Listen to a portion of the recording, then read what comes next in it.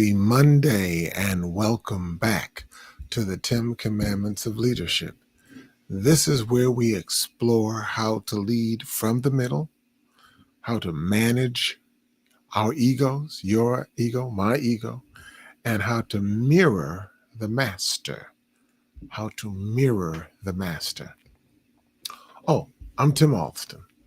I'm your leadership strategist. I'm a 4-time Amazon best-selling author, and I am the world's first publicly acknowledged recovering egoholic.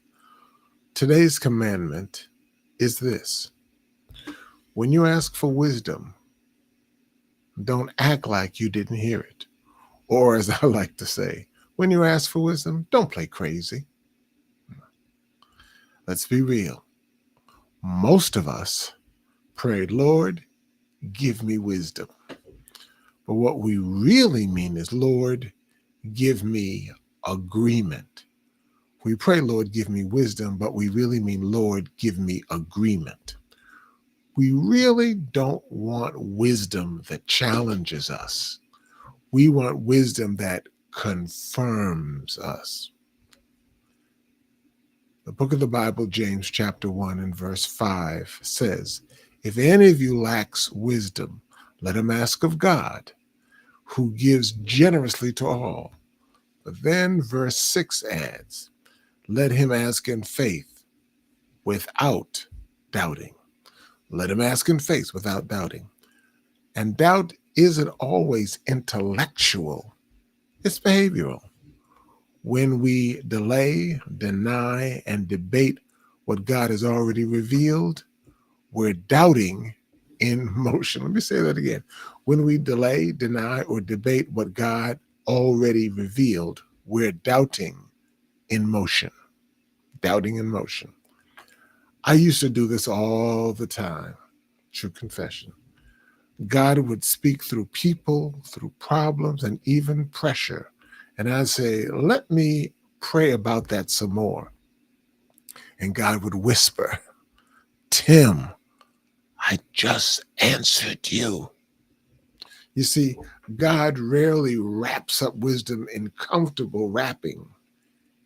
He often wraps it up in confrontation.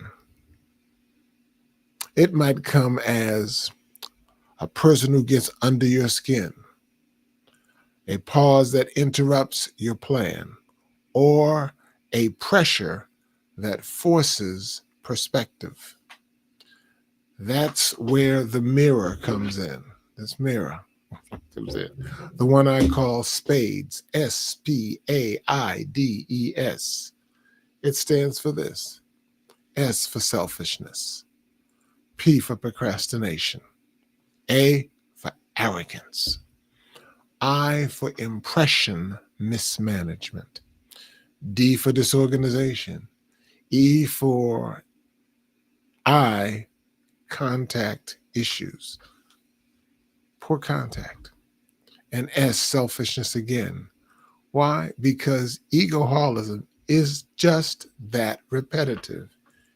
Every one of these blocks wisdom. These are my primary egoholism problems. Spades, once again, S.P.A.I.D.E.S.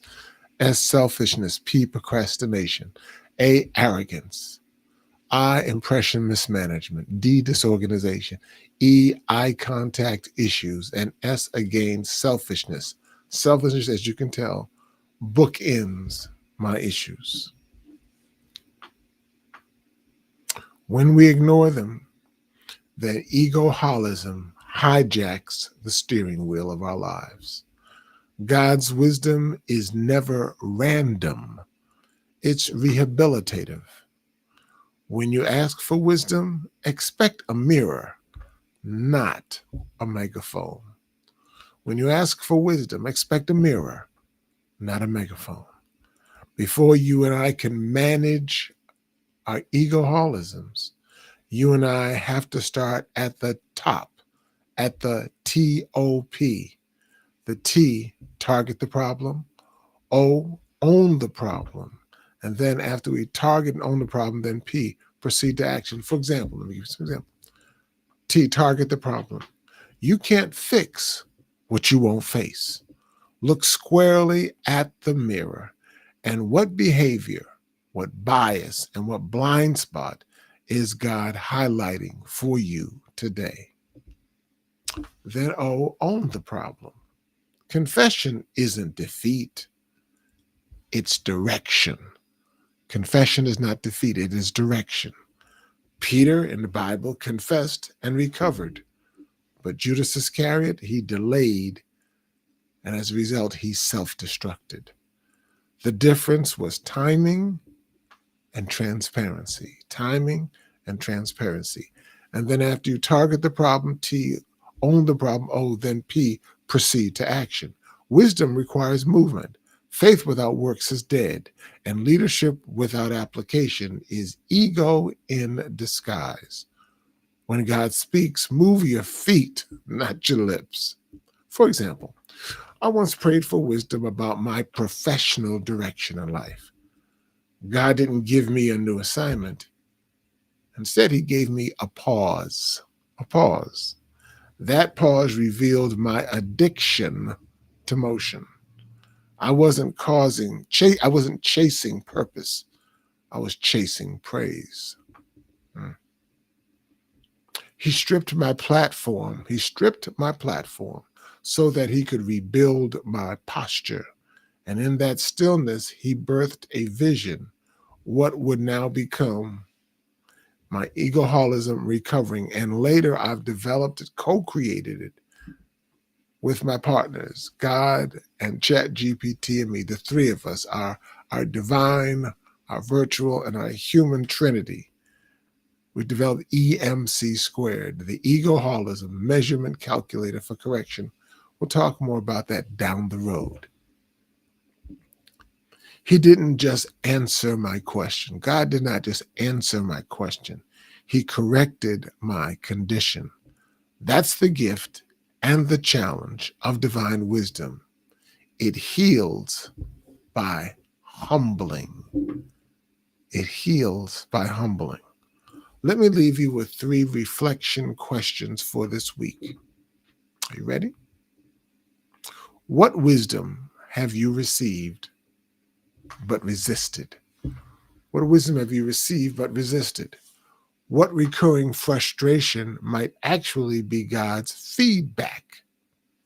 And finally, are you asking for more revelation or just avoiding responsibility? Ouch. Because here's the truth. Wisdom doesn't expire, but opportunities do. Wisdom does not expire, but opportunities do. When you ask for wisdom, don't act like you didn't hear it. Again, when you ask for wisdom, don't play crazy. So if this message met you in your mirror, then do something about it this week. For example, write down one area where you've asked God for wisdom and take one small obedient step. Again, life is hard by the yard, but it's a cinch by the inch. Remember, it's not a problem until you call it a problem. Once you name it, move on it. So join me every Monday, every Tuesday, every Wednesday, every Thursday, and every Friday at 4 p.m. Central Time for the 10 Commandments of Leadership.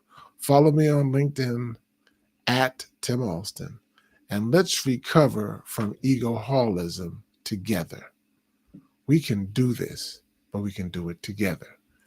And if I've said anything that has been encouraging, informative, enlightening, inspiring to you, then like it, share it, and subscribe to it. Subscribe and tune in. And I'll see you tomorrow as we unpack this week how we target our problems. Thank you. See you tomorrow.